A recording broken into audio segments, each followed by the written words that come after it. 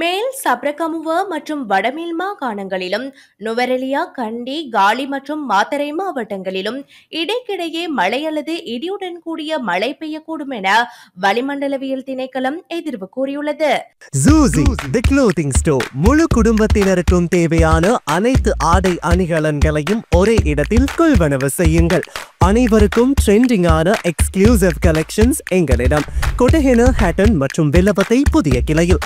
சந்தோஷமான தருணங்களை ஜூசியுடன் கொண்டாடுங்கள். சில இடங்களில் 75 மில்லிமீட்டருக்கும் அதிகமான ஓரளவு பலத்த மழை பெய்யக்கூடும் எனவும் அந்த திணைக்களம் குறிப்பிட்டுள்ளது. நாட்டின் ஏனைய பகுதிகளில் அவ்வப்போது சிறிய அளவான மழை வீழ்ச்சி பதிவாகக்கூடும் எனவும் தெரிவிக்கப்பட்டுள்ளது.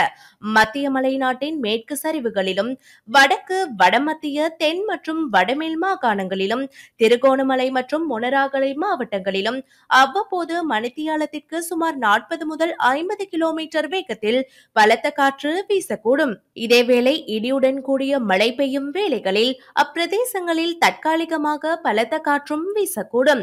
மின்னல் தாக்கங்களினால் ஏற்படக்கூடிய பாதிப்புகளை குறைத்துக் கொள்ள தேவையான முன்னெச்சரிக்கை நடவடிக்கைகளை பொதுமக்கள் எடுத்துக் கொள்ளுமாறு வளிமண்டலவியல் திணைக்களம் அறிவுறுத்தியுள்ளது.